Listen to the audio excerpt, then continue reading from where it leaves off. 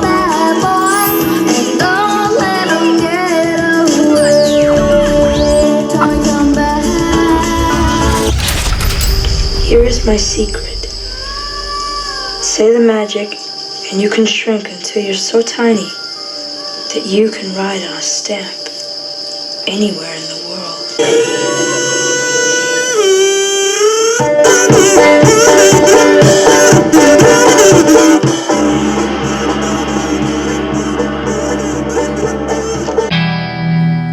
Howdy folks, and welcome to the Spaghetti Theater for the Spaghetti Theater Review. This is Crispin number 5. He's going to sit right here and enjoy the show with us. Today I'm going to review a fond and nearly lost memory from my childhood. It's one of those movies that you saw as a kid and then didn't see again for years, maybe even decades. Until one day you wondered if you dreamt the whole thing up. Sort of like Holmes and Calvin. I love a movie that's seemingly obscure, yet leaves a lasting impression on me. The movie was called Tommy Tricker and the Stamp Traveler. Yeah, and was made in good old Canada.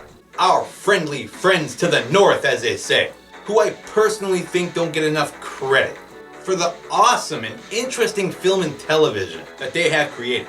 Like the science fiction series Lex, for example. Most underrated science fiction series ever.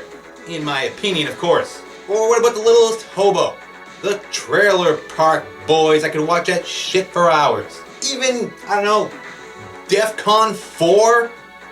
Does anybody remember that? Just to name a few. This film was written and directed by Michael Rubbo. Think I'm saying that maybe almost right. Who only 3 years earlier wrote and directed another memorable Canadian classic, The Peanut Butter Solution, which is a really fucked up but awesome as hell kids movie from 1985 that I also highly recommend and would definitely love to review at some point. But for now, it's Tommy Tricker and the Stamp Traveler. What a title, right?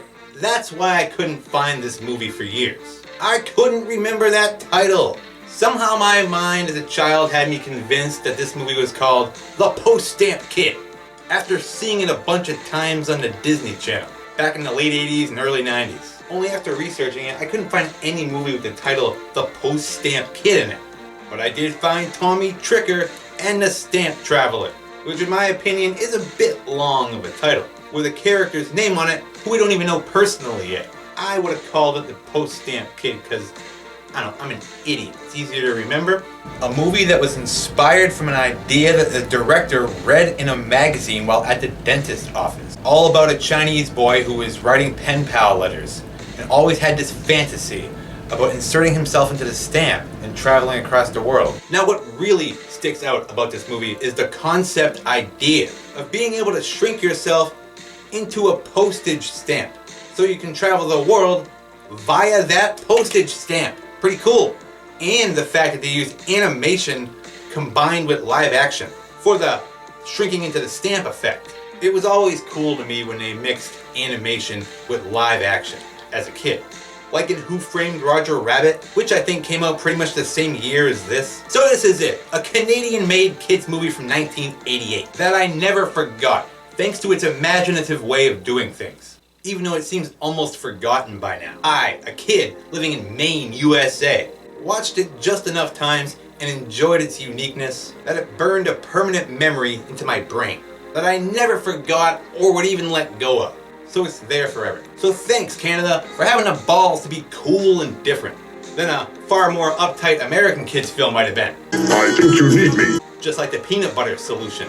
So thank you, Michael Rubbo. I hope I'm saying your last name right. And if I'm not, I apologize. These two movies will always have a special place in my childhood memories. And away we go, into the Canadian world of Mounties, and a universe of obsessed stamp collectors. It's Tommy Tricker and the Stamp Traveler, the Post-Stamp Kid. That does sound like a dumb American renaming of a movie though, doesn't it? So it all starts off in this Canadian elementary school, where we get to meet the cast of child players, like this novelty-sized skateboard kid, who has no point in this movie, but he's there. and barely has a speaking line, if any. Or Tommy Tricker's brain-dead, belly shirt-wearing friend, who's trying to sell pet garden snakes to other children. Pet garden snakes, huh? Was that really a thing in Canadian elementary schools back in the 80s? That kid who was always trying to sell his garden snakes? I believe it. We had a lot of weird kids in my school. I was one of them. Then, of course, there's our title character, Tommy Tricker. Yep, that's his given name. And he takes it very seriously, since tricking people is his game, snap. And his latest scam is to get his dopey pal here to help him sell off these stamps he just bought. Oh wow, Tommy, they're pretty! Since they all feature a printing error that makes them very rare and valuable. Only, they're not worth shit. Like I said, this is just a scam that Tommy Tricker came up with. Because it's just a trick, you stupid dolt. Since this entire elementary school is obsessed with stamp collecting. They even have their own stamp club, piloted by this Captain Nerd of the Stamp Club guy. Was that really a thing in Canada in the 1980s? All the kids were die-hard stamp collectors. Well, not here in America. So it was Back to the Future 2 cards for me, folks. Which I still have in near mint condition. Check that out. Yeah, Back to the Future 2. The entire set plus a lot of doubles. Yeah, they're all there. And for some reason, some old Angels card. I don't know why that's in there. I can't travel on these, unfortunately. So back to Tommy Tricker, who blows off this kid who's trying to get his attention. Tommy, wait! Hey, Ralphie! Ralphie! Yeah, he's a Ralphie, alright. Canada's answer to Ralphie, that is. So cut to class, as Tommy tries to sell more of those stamps, for way more than they're even worth. When this dork comes busting in to blow the whole deal. You should be ashamed of yourself! This is Albert, folks. As president of the Stamp Club, I demand you stop selling between club members immediately! The president of the Stamp Club. Well, this is just perfect casting.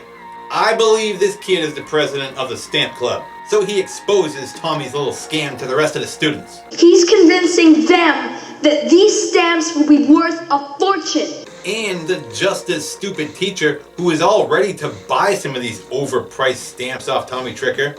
Huh, so maybe I should go out and get some. Then to turn the attention to something else, Tommy releases one of those garden snakes into the room that he tries to convince everyone is actually a lizard whose legs got cut off by him. He did have legs, but I cut him off. That's where his front legs were, and that's where his back legs were. For a lizard, he's doing just fine. Oh, Tom, please. Where do you come up with this shit? So Albert makes a crack about Tommy's dad, who's a deadbeat lowlife that abandoned his large-ass family to go be a bum, or some shit. And I suppose your father's doing just fine too? So cut to recess, where Tommy tries to get even with Albert by putting a smoke bomb in his stamp collecting bag. So take that, Poindexter, making fun of his bum dad. Your precious stamp collection is ruined now. Only no, they're fine. He's Tommy Tricker, remember? And not a total shit like he would be here in America, because he removed the stamps from the bag before he put the smoke bomb in there. Is this what you're looking for? Oh, my stamps. You're not a very effective bully, Tommy. My school, they would have flushed the stamps down the toilet after shitting on it, while you lay in the corner bloody and battered. I know, it happened to me like 10 times. So cut to after school, as Tommy shows up at Ralphie's house. Only his sister answers the door, and she shows him in, as he compliments literally everything they own. Ooh, nice table. Nice woodwork. Nice lamp. Nice railing. Nice banister. Whatever you call it. Expensive picture frame. Since he's a poor boy from the other side of the tracks, he's never seen nice things. And he's such a badass that when he discovers that Ralphie's sister and her friend send postcards to their 60+ pen pals all over the world. We've got pen pals in over 60 countries. That one that you're holding there is for Chen Tao in Hangzhou, China. Even China, he gives her the nickname Postcard. Whatever your name is. Yeah, sure, postcard. Then enter Ralphie, who has a bit of a stutter. I can't trade with you because Albert's forbidden it. And he's not acting. That kid has an actual stutter. It's part of the reason he got the job, according to the director, as Tommy tries to trade him this cool-ass stamp set for one of his dad's crummy old blue nose stamps with the ship on it, since he has a ton of those. I'll trade you my whole piece set for this one crummy little spare blue nose. You would? Only, this is a scam again. That blue nose is actually very rare, since it's the only one to include the man on the mast, which, by the way, was a real Canadian stamp that was printed in error. Only for the movie, they made the man on the mast look more like a man on the mast, not what it really was, just some blotch. The blotch on the mast. That's when good old president of the stamp club, Albert, shows up at Ralphie's front door. So Ralphie takes off to get rid of him as Tommy inspects that stamp and sees just how rare it is. Interesting. Cause he's an expert stamp collector too, I guess. Of course, it's Canada. All 80s kids were obsessed with stamp collecting. The fact, look it up, it's everywhere. Everyone knows this. You didn't? What's wrong with you? So Ralphie returns and hesitates to make the trade. It's my dad's stamp. I can't trade it. Since that stamp actually belongs to his rich architect dad, Kolchak. Get it? You don't get it. Cause Ralphie. It's dumb. Only no. His dad's this stamp collecting dork instead. So Ralphie finally agrees and Tommy takes off with the man on the mast blue nose. Only he fucked Ralphie over and gave him an entirely different set of stamps than they agreed upon. See, right here folks, he Robert Redford and stinged him. Now they're probably gonna find Ralphie dead in a gutter somewhere. It's Canada, remember? They take their stamp collecting seriously. The Mounties would gladly turn a blind eye to that shit. So Ralphie goes after Tommy, just as his dad gets home with this old fart named Bronson. Guess what his deal is? Can you guess? Are you really a famous collector? He's the world's oldest stamp collector, folks. Stamps are amazing. That's right, I wasn't kidding. Stamp collecting is a way of life in Canada. Stamps are amazing. So Dad shows off his collection to old man Bronson, as Ralphie hides in the shed clubhouse in fear of his father's wrath. Ralph, will you come out, please? Come on out, Ralphie. Dad really wants you to meet the man that got him into stamp collecting. Mr. Bronson's here. Come on, Ralph. He's the one I told you all the stories about. You were dying to meet him. He's the one who started me in stamps when I was your age. And he's famous for this, apparently. So cut back to Tommy Tricker, as he arrives at this post-stamp trading store. Yeah, they have a fuck ton of those in postage stamp-obsessed Canada. And I'm not kidding either. Because this guy playing the stamp shop owner is no actor. Even though he looks like Bluto from Popeye. He's an honest-to-God stamp shop owner in Canada. Because the director demanded that kind of realism in his postage stamp movie. So once the stamp shop owner spots Tommy Tricker, he's all ready to cover his ass in gravy and eat him for dinner since, well, he's fat. And he claims that Tommy stole a valuable stamp set from him, which I believe he probably did. Where's my piece set you stole 2 weeks ago? The very same one he just tried to trade that blue nose for. Only, here it is, buddy. Tommy was just borrowing it so he could scam Ralphie out of his man on the mast blue nose. You're giving stamp collecting a bad name. That's when this crazy old nut comes in trying to sell this old stamp album that he got off some dead widow to the owner of the shop, who's not interested in some old lady's useless, valueless stamp collection. Even though he hasn't even looked at it, he just knows. So Tommy cuts in with his newly acquired man on the mast blue nose. Suppose you know the man on the mast when you see it. Which blows the mind of this shop owner, of course. You can have it for $300. So he buys it off Tommy for $300. Sold! Cha-ching! Ring him up. That's when we get a look into the life of little Tommy Tricker, as he arrives home with groceries he bought for his large, dadless family and large mom who spends all day sewing and watching her 10,000 kids. Meaning little Tommy here has pretty much taken over the role of dad, Mr. Deadbeat, thus Tommy's criminal lifestyle. He stole that stamp from Ralphie so he could sell it to buy food for his poverty-stricken family. Aw, that's fucking depressing. I always told you stamps was a good business, didn't I? So see, Mom, maybe try getting into stamp collecting like the rest of Canada. So cut back to Ralphie, who's still living in fear of Dad. since he's yet to discover his missing blue nose, when his sister Postcard offers him her $30 so they can go down to Bluto's stamp shop and buy Dad a new one. Oh, thank you so much, Naz. Okay. Thank you. Okay. I love you, Naz. Thank you. They don't know it's the Man in the Mask yet, until they get to the shop, that is, and discover it in Bluto's collection, and somehow recognize it immediately. That's the very same stamp. That's a variety. That's the Man on the Mask variety. Yeah, that one's $600, and that's cheap for the Man in the Mask. Only Bluto's not gonna give it up that easy, so Ralphie has a tantrum. I hate this place and so's my dad. Ralph, come back! Since he knows that they bought it off Tommy Tricker. So he storms out of there in anger to go after that little shit, leaving his sister Postcard behind to start crying in front of Bluto and his oddball assistant here. So to shut this little waterworks up, he just gives her that old widow's valueless album that guy sold him earlier. Thanks. Okay. Yeah, that would make me shut up as a kid. Here's a book of stamps, little Eddie. Only this is no average stamp album, folks. So cut to Ralphie, who's staked outside Tommy Tricker's place, and gets a glimpse into his pathetic life. Perhaps realizing that, hey, Tommy Tricker's life is way shittier than mine. My dad's a successful architect, and Tommy's is a deadbeat. At least we know why Tommy is the way he is now. Ralphie then gets caught and is chased off by Tommy's siblings. All 10,000 of them. And he falls down these stairs, then vanishes like a Canadian fart in the wind. So cut to Ralphie's home as he crawls in through his sister's window. Okay, she's your sister, not your girlfriend, Ralphie. Only he's here because he's wounded from that fall. And I guess Sister Postcard is also a paramedic.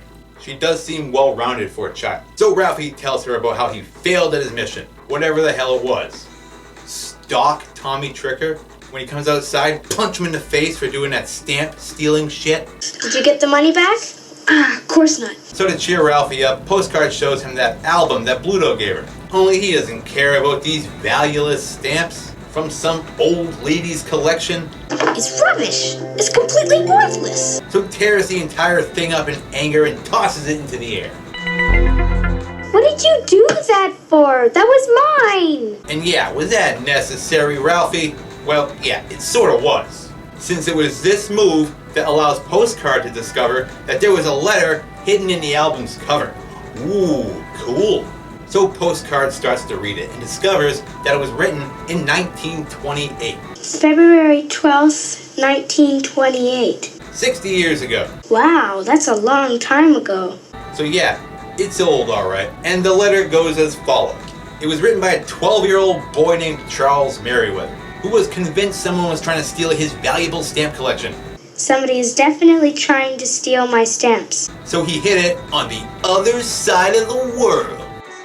I hid them on the other side of the world. Must be worth a fortune by now. Which only confuses the two of them, so they enlist the help of Canadian's post-stamp expert, Albert, the president of the Stamp Club. Only he's just as confused by all this. It doesn't make any sense. Other side of the world. So the next morning we find out that not only is Ralphie going on a hiking trip with his Uncle Ben from Spider-Man. Don't forget to pack for the hike. What hike? With Uncle Ben.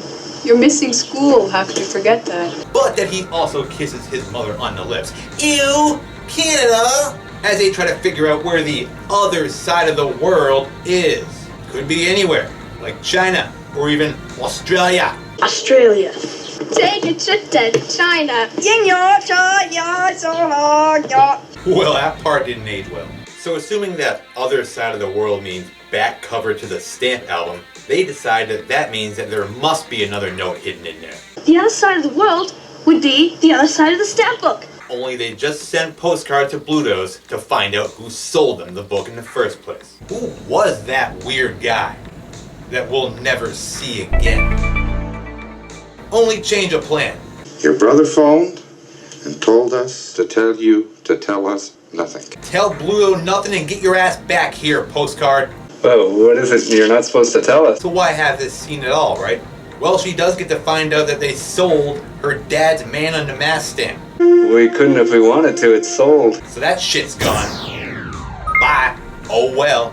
So she tells them nothing and meets back up with Ralphie and Albert, who have figured it all out. Albert, you fucking genius. You're going to the best Canadian college we can find. So as they start to discuss it, Dad comes in to take Ralphie aside for his royal Mountie beating, since he finally discovered that his man on the masked blue nose is missing, and is mighty pissed. Can't believe you did this. For a Canadian. So he bans Ralphie from his post-stamp museum room. You are not allowed in this room again, is that clear? Take your collection and you go to your room. I want everything out of here. So their relationship is ruined forever, thanks to Tommy Tricker. So cut to that night in the shed, where Albert has discovered another note inside that album. And this one tells them exactly where Charles Merriweather hid that valuable stamp collection, address and all. I hid my best stamps in a book just like this one at the Sydney Stamp and Coin Shop, 10 Evans Street, Sydney, Australia. It's in Australia, folks. Only how, right? How did this 11-year-old child with perfect cursive handwriting penmanship get from Canada to Australia? Which he gladly explains is a secret. That's my secret. Why am I telling you my secret? Which he gladly reveals. Here is my secret. Say the magic, and you can shrink until you're so tiny that you can write on a stamp anywhere in the world. Well, that sounds cool. That sounds quite dangerous. And yeah, a little dangerous too. You will be smaller than an ant. You will lie in the street under the crushing feet of strangers. The letter even explains what it's like and then adds, Friends will try to help, but you will be repulsive to the knowing hand. repulsive to the knowing hand. An 11-year-old wrote this? Huh, what does that even mean, right? What does that mean? Well, Ralphie doesn't care. He wants to try it anyway. He wants to ride to Australia on a stamp and find the treasure of Charles Merriweather. I'm going to Australia on a stamp. I'm going to get Charles's treasures. Only problem? Tommy Tricker has been listening into this the whole time and writes down that address in Australia. All he needs now are those magic words, since he totally believes all that shit he overheard about traveling on a stamp. Now all we need is the riddle. Okay, so cut to the next day as the trio board this bus to the nearest mailbox so they can mail Ralphie to Australia. Their parents just letting them wander into the city alone, huh? Canada in the 80s sounds great. Then that novelty-sized skateboard kid rides by. Hey, Connie! Hey, man. Now, what were you saying? I feel like you could have cut that entire scene out of the movie, and it really wouldn't have mattered. So then they discuss some of the rules of stamp travel. Like, there has to be enough room on the actual stamp for you to insert yourself into, which is why they're going with this red Mountie stamp. See, it does. I'll be riding behind the Mountie on the horse. You must remain on the letter until you arrive at the correct address. As for his parents wondering where the hell he is, Yeah, but they will be thinking that I've gone hiking with Uncle Ben. well, that's simple. They'll just assume he's on that hiking trip with Uncle Ben. Only, wouldn't Uncle Ben question why Ralphie never arrived, and then contact his parents? I'm still worried. Guess not. Too busy getting murdered by criminals, I guess. Uncle Ben, get it? Then Tommy Tricker suddenly boards the bus. So they ditch his ass there since they don't like the little Tricker. So he sticks this doof on them and a wacky 80s montage chase begins. Canadian style. Through this mall, past a young Sinead O'Connor. Not really. Singing the actual chase theme song. It's actually Rufus Wainwright, I believe. Like, I don't actually know who Rufus Wainwright is. He's famous for singing. Anyway, they fuck up this lady's stand, which Albert uses to ride down the escalator. It's wacky and illogical as they pass through this clothes rack and are now wearing them, then just take off in them, now making them thieves. But who cares? This is Canada, folks. Take them. They're yours now. You wore them, you own them free of charge. Shit like this happens every day in Quebec. And it all ends when they push this doofus and this fat, bald, innocent bystander into the mall fountain.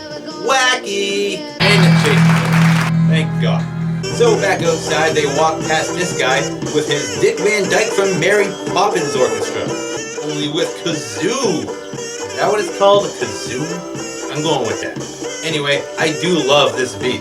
It's actually one of the most memorable parts of the movie, besides the animation segments, which always include this music. So with the help of a novelty-sized skateboard kid, they find a mailbox across the street from this Burger King. Albert then finds the exact right spot to set the letter down on the ground. All Ralphie has to do now is recite those magic words, drop the letter on the ground, and that's it. It should work, and they believe it will. So Ralphie recites the chant. I'm ready to sink, I'm ready to shrink, I'm ready to ride the stamp, I'm ready to be as big as a flea, I'm ready the world to tramp.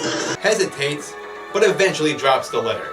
And it actually works! Ralphie is transformed into an animated character of himself. I'm getting Reading Rainbow vibes from this animation too. And shrunken down right into the stamp on that letter to Australia. Riding along right with that Mountie, just like he said. And apparently he's totally aware the whole time too. However, when Albert and Postcard try to pick the letter up so they can mail it, some unknown force prevents them from doing so. Some force is keeping us back. Since the magic is repulsed by the knowing hand, remember? Oh my god, repulsive to the knowing hand. Oh, can't you hear me? Just... Yeah, that's what that shit meant. Meaning a total stranger has to pick that letter up and mail it. Them are the rules! For some reason, someone decided a long time ago, this is dangerous. Since now he's being walked on. It almost looks like everything's gonna be fine too, when this little girl picks him up. Sees that there's a boy inside the stamp. What are you doing there? And tries to mail him. Until this Canadian businessman interferes and just steals the letter. I'm not sure we should mail it at all. So the little girl kicks him for it. I thought everyone in Canada was supposed to be nice. How did this asshole get in here? Or do we find Canada's one scumbag? So he boards this bus and opens the letter hoping to find cash or a money order. Let's hope there's a check or money order in here. What a piece of shit. And when seeing that it's just nothing, he crumbles it up and throws it out the window, killing Ralphie immediately, moving over. Kidding. So he's kicked around for a bit and then tossed right into the trash by this kind old lady. As Albert and Postcard frantically search for him. That's when Tommy Tricker tracks down Postcard while enjoying this sardine sandwich his mom made for him. Ugh, that he throws away. Good riddance. Unless you're this homeless guy who thinks it's the best meal he's had in weeks. Ew, gross. As Albert makes it over and compares this homeless garbage sandwich eater to Tommy Tricker's deadbeat dad. Reminds you of your father, doesn't he? The trickster. This naturally offends Tommy, so he goes after Albert, and a kid fight ensues.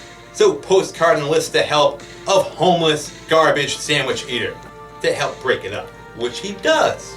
And once again, Tommy is offended now that this tramp has touched his coat. Don't you ever touch me! So he gets rid of the soiled thing and takes the hell off. So concerned for Tommy Tricker, Postcard goes after him. Tommy? Are you there? And once again, we get to see the lighter side of this little brat. I'm sad, that's what's wrong. Aw, he's sad. The boy does have feelings, and mentions how that filthy bum reminds him of his real dad. Just some loser living on the streets, I guess, eating garbage sardine sandwiches. Ugh, ew. Who knows? Maybe he has the peanut butter solution too. Snap! That's what he's like. Only Tommy wants to be alone now, so he tells Postcard to piss off. So you don't see him expressing any more emotions, like being sad. I'm sad. So then that homeless guy discovers that crumpled up letter in the trash, in search of more sardine sandwiches. An old Mountie stamp. And brings it over to Tommy since, even though he's a bum, like all Canadians, has a fond love for postage stamps, and leaves it on the ground for him. Alright. Tommy picks it up and discovers that Ralphie is on the stamp. Ah, Ralphie! He actually made it work, and Tommy's not that amazed. They really had no doubt that this postage stamp traveling shit would work. And when it did, they accepted it as normal, everyday reality. When I was that age, I definitely would have tried it. I probably actually did, now that I think about it. Probably tried to have my sister mail me to Philadelphia to visit my grandparents. Probably would have given him a heart attack. Animated me comes out of a letter. Jeez. So cut to that night at Tommy's house, as he cleans that stamp in this bowl of water, and is even kind enough to inform Postcard that he has her brother. I got your brother. And plans on mailing him, right after he rescues him from being eaten by his dog. You almost swallowed Ralph. It's one thing after another with these kids. So Tommy Tricker mails the Ralphie stamp, and he's finally on his way. Through the Canadian postal system, then whisked away on a plane to Australia. One would assume. Over valley and sea, I'm a running, so that you can't catch me, and if they got. So cut to China. Blong! Where Ralphie has arrived. Don't get offended by the blong, the movie does it too. Because that's where Tommy Tricker sent him that little piece of shit. Is this Australia? I'm supposed to be in a shop, but it looks like a house. He arrives at the address of one of Postcard's pen pals, whose brother receives the mail, thus releasing Ralphie from the postage stamp to that same kazoo music that he left on. This is now officially the Stamp Traveling theme song, folks. I love it!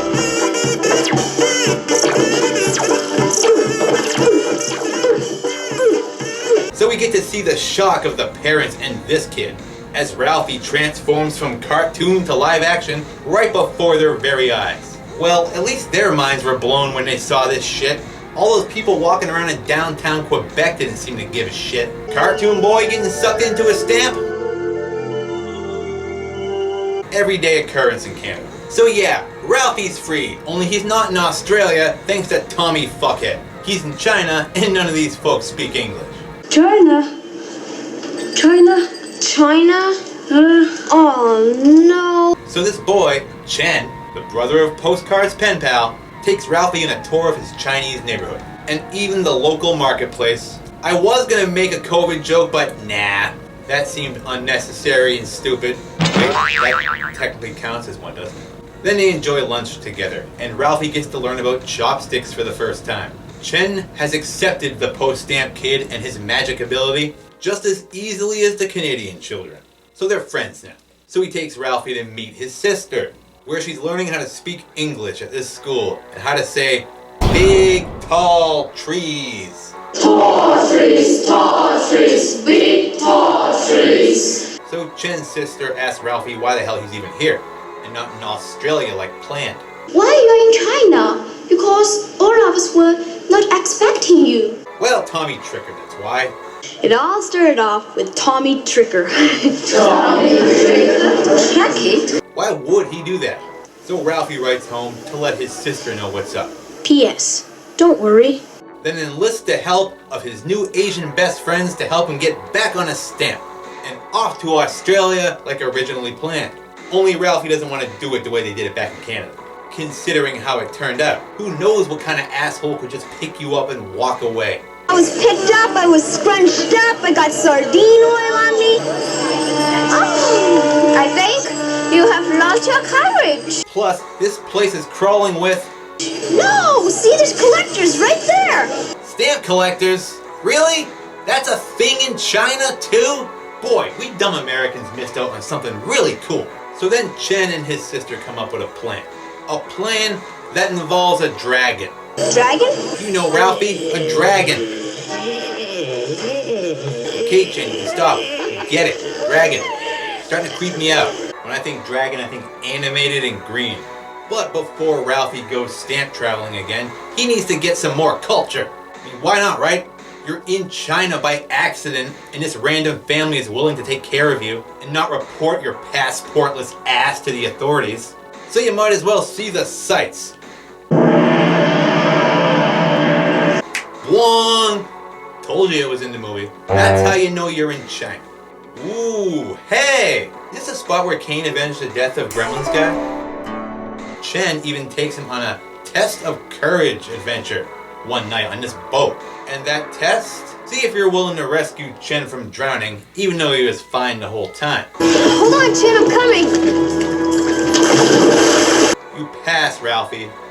I guess. He wasn't really swallowed up by a dragon like he was trying to convince you.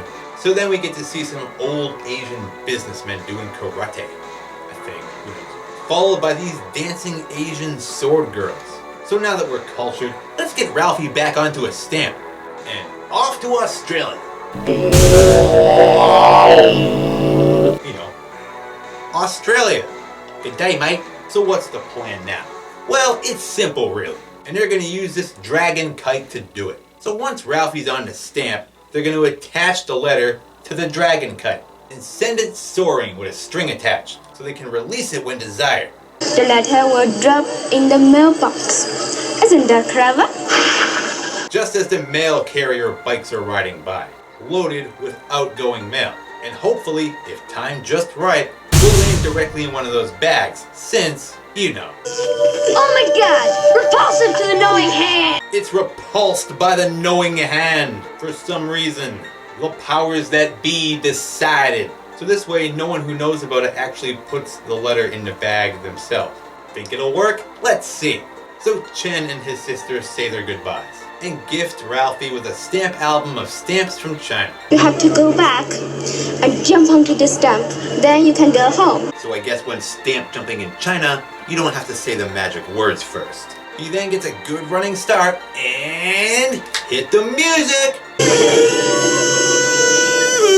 Ralphie successfully turns into a cartoon and shrinks into the dragon stamp. They did it again and again. A shit ton of people just witnessed a boy turn into a cartoon and jump into a stamp and don't seem to care. Don't seem all that impressed or even amazed. So they send the dragon kite soaring. As a terrified Ralphie gets higher and higher in the air, then is released and starts falling back to Earth, right towards those mail carrier bags. Only Chen's sister is forced to go out and get it to line up just right, to the confusion of this lady, and success! The elaborate plan worked, and Ralphie is now off to Australia. Only the stamp shop address they sent it to is now a bookstore. So it's forwarded to the owner's granddaughter, since the owner is dead. Cheryl was really grumpy. 1928 was a long time ago, even in the 80s. And this is actually the second letter she's received recently for her dead grandfather. Cheryl got another letter for her dead grandfather from China. So that's a little weird. So this Aussie girl, Cheryl, opens the letter and releases Ralphie back into the real world. And boy, does he have to piss. Can I just use your washroom? And although slightly shocked and angered by this stranger, lets him use the can anyway. Okay, it's over there, but no tricks. It's then revealed to Ralphie that the other letters she received also had a post-stamp kid inside of it. Cheryl told me that Charles Merriweather had arrived here yesterday to pick up his old album. This one was claiming to be Charles Merriweather, here for her grandfather's album. He had his hair sort of stuck down with oil, and he had old-fashioned clothes. He was a boy in 1920s clothes, so he did look the part. So maybe it really was him. He's looking for my Uncle Mike, because all Granddad's things, when he died, went to my Uncle Mike. So Ralphie asked Cheryl to take him to her Uncle Mike. No way. Uncle Mike's called Mad Mike. You know why? Because he's crazy and he's dangerous. Not to be confused with the other mad Aussie, Max. Only Ralphie traveled halfway around the world for this stamp album and isn't giving up that easy. So she agrees and they take a ferry to go see her mad Uncle Mike. Maybe they'll get to meet the infamous Charles Merriweather. So the two get to talking when Ralphie asks her why her Uncle Mike is so mad. Why is your uncle mad? Well, it's simple, you see. Uncle Mike always had this dream of having his own zoo. He even had a good amount of animals at one point. Somebody came one night and poisoned them all. So since then he's been mad. Well, shit. I guess I don't blame him. Fuck you, society, he said. I haven't even met Uncle Mike yet and he's already my favorite character. So Cheryl takes Ralphie to this gate. Only that's as far as she's going. You're on your own from here. I thought that Australian girls are tough. Tough, but not stupid. Only no time to argue because someone's coming. And they're forced to hide. So they watch as this native catches this 1920s kid as he's trying to jump into a stamp in panic mode. The same kid that Cheryl said was claiming to be Charles Merriweather. Only Ralphie immediately knows that that's not Charles Merriweather. It's Tommy! Tommy Tricker! As he's captured by Mad Mike and his native gay lover. Because that is Tommy Tricker, everyone. He mastered stamp travel and made it to Australia in search of Charles Merriweather's valuable stamp album. Thus the reason for mailing Ralphie to China. This is all to feed his family then. Wait, how did he know how to get to the stamp? Ready to shrink, I'm ready to sink, I'm ready to the world to roll. No one showed him. Where did he learn to chant? Who cares? He figured it out and now he's here. And a prisoner of Mad Mike and his gentleman collar. And he apparently found that album too and was trying to steal it. So now Ralphie plans to rescue Tommy Tricker. Looks like I'm just gonna have to rescue him, eh? So he recruits the help of these local kids.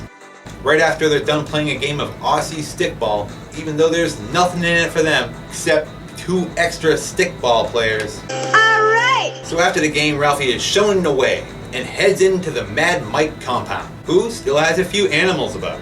When we see that Mad Mike has Tommy chained to a pole as he comes over to ask him why he was trying to steal his dad's old stamp album and why he's claiming to be Charles Merriweather. Only Mad Mike doesn't believe a word this kid says and just leaves him there.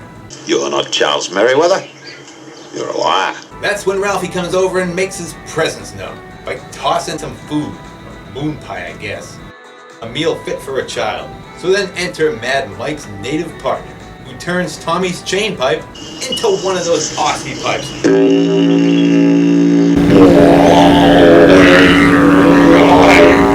You know, that's how you know you're in Australia, folks. That and all the fucking kangaroos. So, using his native to Australia powers, this weirdo knows there's a bunch of kids lurking about. Why don't you tell your friends to come? And goes after them by teleporting from place to place in record time. Boom! Bow! Now we are Nova. Ba-dee! Be scared of. They're scared of you, you fucking weirdie. I'm sure you're harmless, but you're also weird.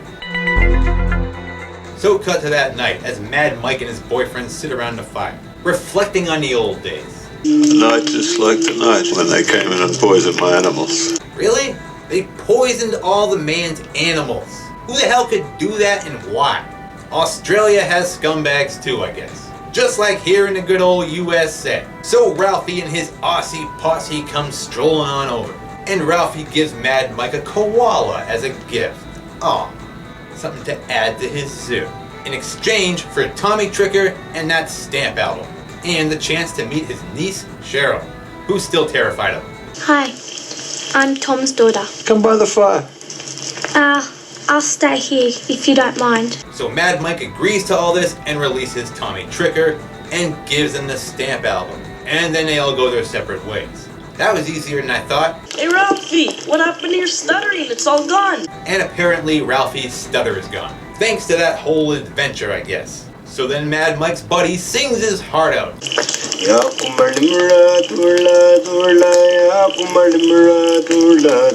plays the fence pole.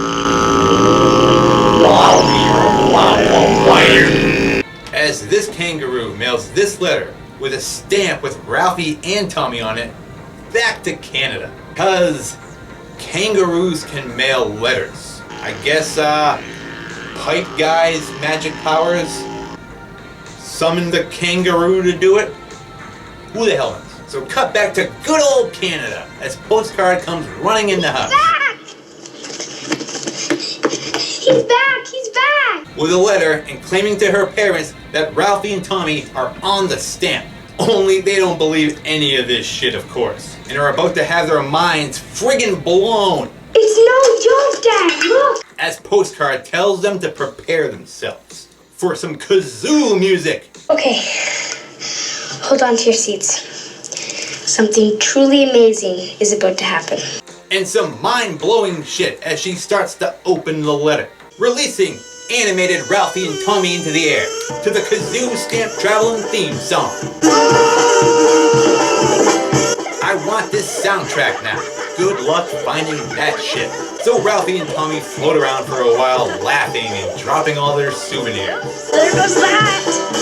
Ralph, Tommy, come down! Until finally returning to live action and falling directly into this kiddie pool. So cut to old man Bronson, who managed to reacquire that man on the mast Blue Nose. My man on the mast? Meaning, he was the one who bought it from Bluto's stamp shop earlier. We couldn't if we wanted to, it's sold. The kids then come downstairs and read Charles Merriweather's final letter, congratulating them on finding his album. You have my treasures at last. I'm sad, of course, because that means that I was never able to go back for them. I wonder what happened to me. Charles Merriweather, February 16th, 1930. Right before Ralphie presents it to his already well-off dad, who also got his precious man-in-a-mask Blue Nose back. Everything's coming up Dad, because now he has everything. Aren't they better than the Blue Nose? Indeed they are, my son. All hail Ralphie's dad! Not Kolchak. Even Old Man Bronson is impressed with Charles Merriweather's album. Heavens to Betsy! The poor Lady Victoria. So Albert says one more dorky thing. I think I can speak for your father, Ralph, when I say that you have done surprisingly well. Then Old Man Bronson goes on about how some stamp travelers never reach their destination. Actually, you're both very lucky to be back alive. Some stamp travelers don't make it back to flesh and blood. And wind up trapped on a stamp forever. That sounds fucking awful. So he pulls out his own stamp album to prove it, and shows them another Blue Nose. Only this one has a boy on the bow instead. I call him the boy in the bow. And when Ralphie uses a magnifying glass to get a closer look at it, can see the name on the boy's luggage. Charles! It's Charles friggin' Merriweather! Charles is a prisoner on your stamp. Since 1930, I'm afraid. That old bastard has been keeping him prisoner on that stamp since 1930. That's like 60 fucking years. Bronson, you monster. I don't think he knew he was real, only now they do, and want to mail him to themselves. We'll just mail him to ourselves. That's when the parents interfere and say, fat chance to that. He's staying prisoner on that stamp forever. Where the hell's Stamp Boy gonna live? And where is this Charles person going to live if he comes back to life? I'm an only child. He could stay with me.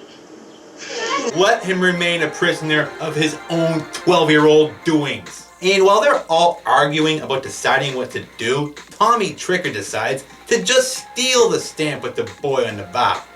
And run the hell off with it. To mail it, I assume. Only when Albert discovers that he did this, he tells everyone. The Blue Nose is gone! And they all chase after him. In the final scene of the film that was so important, they wrote a song all about it. Hit it! Stop that boy and don't let him get away. Tommy, come back. And again, this song is like the kazoo one. It's one of the main things I remember about this movie. I love it! Everyone goes after him. Everyone, even Old Man Bronson. And Tommy's dopey belly shirt wearing friend. Guy is such a friggin' idiot. That face he's making. Does he even know what the hell's going on? Does he know he's running? Does he know he's on Earth? And then finally, what is probably the strangest and most unexplained part of the movie. The stamp book blows open, revealing that Old Man Bronson had one of those Mountie stamps. And the Mountie from the stamp is now involved in that chase. To stop that boy! He's somehow become real and made his way out of the stamp on his own. Okay, I guess. Then he says this shit. I think you need me. No, Due South. No one asked for you. Now, if you were the Mountie from Due South, that would be another thing. Why is your voice so deep? I think you need me. So what happens now, right? Well, Albert chimes in real quick with a voiceover to explain everything. Apparently Tommy Tricker just had a mental relapse, causing him to steal the stamp and then mail it to... No, not himself, but to Mr. Bronson. Old Man Bronson? How do you even know his address? No matter, Charles Merriweather now lives with him now. They get along fabulously. And they get along great. Wow, that sounds like sitcom material right there, folks. He's the world's oldest Canadian stamp collector, who just released this 12-year-old boy from a postage stamp after being trapped in it for 60 years. Meaning he looks like a boy, but mentally they're the same age. Plus, he knows nothing of modern technologies, 80s technologies, or how stamp collecting is no longer a thing. Bronson and Merriweather, premiering this week on NBC. And that's the movie, folks. That was Tommy Tricker and the Stamp Traveler. An awesome and imaginative idea that always stuck with me, even though it vanished for years, from my point of view. Thinking it was called The Post-Stamp Kid probably didn't help either. Anyway, this leads me into my final thoughts on this Canadian-made masterpiece of children's entertainment. I want to give the credit to this guy, Michael Rubbo, you know his name. Mike, I'll just call the guy Mike, not Mad Mike. He's the director and writer of this film, who I also said wrote and directed The Peanut Butter Solution, an equally awesome film for a strange and imaginative way of storytelling. When he did casting for this film, he used real kids, not professional actors. He went from school to school looking for the right kid until he found what he wanted. He wanted it to seem real. He wanted the kids to seem real. And they actually do. Even though sometimes you can see in their performances that they're not professional actors, but for amateurs I certainly give them the credit for pulling this off. I never noticed as a kid. There was even a sequel to this film apparently, in 1994 called The Return of Tommy Tricker. I never saw it and it doesn't feature the original cast. So I think I'm good. I'm too old now. I do love this film. It's unique. It felt very different than other 80s themed kids movies. Being made in Canada had a lot to do with that, I'm sure. So thank you, Canada. Even though I come from a French-Canadian background, I've never actually lived there. I've just visited. Oh yeah, and thanks for Hobo with a Shotgun, too. I love that movie. It's crazy. What are the rules of stamp travel anyway? Some of them are a little bit confusing, right, Crispin? How long can a person survive in a stamp form? They don't age, right? Charles Merriweather didn't age. But he was aware the whole time? He was aware for 60 years? Jeez. Ralphie had to piss like a racehorse when he got to Australia. What the hell did Charles Merriweather do that whole time? Piss in the stamp? And another question. Now that the Mountie is out of the stamp, who the hell's he gonna move in with? I got it. Tommy Tricker's mother. She's available. Could probably use a boyfriend. He's a well-rounded guy, I bet. He's a fucking Mountie. I think you need me. So with that, I'll end my look at this underrated, sometimes weird 80s children's classic. The Post Stamp Kid. I mean, Tommy Tricker and the Stamp Traveler. A big thanks as usual to all of my subscribers and comment leaders. You rock. Adios for now, folks, and I'll see you at the theater. Ready to go? You enjoy that? I most certainly did. You have to have me watch that now. You want to see Tommy Tricker, huh? Yeah, I want to see the sequel too. You can watch that one by yourself. I'm a running from you, and you're a chasing, cause you're a chasing me to the end of the earth. I'm a running, Pretty, aren't they? I'm a running from you, and you're a chasing, and you're a chasing me to the end of the earth. I'm a running from you, you're a chasing. Hey, Yeah? need a manager?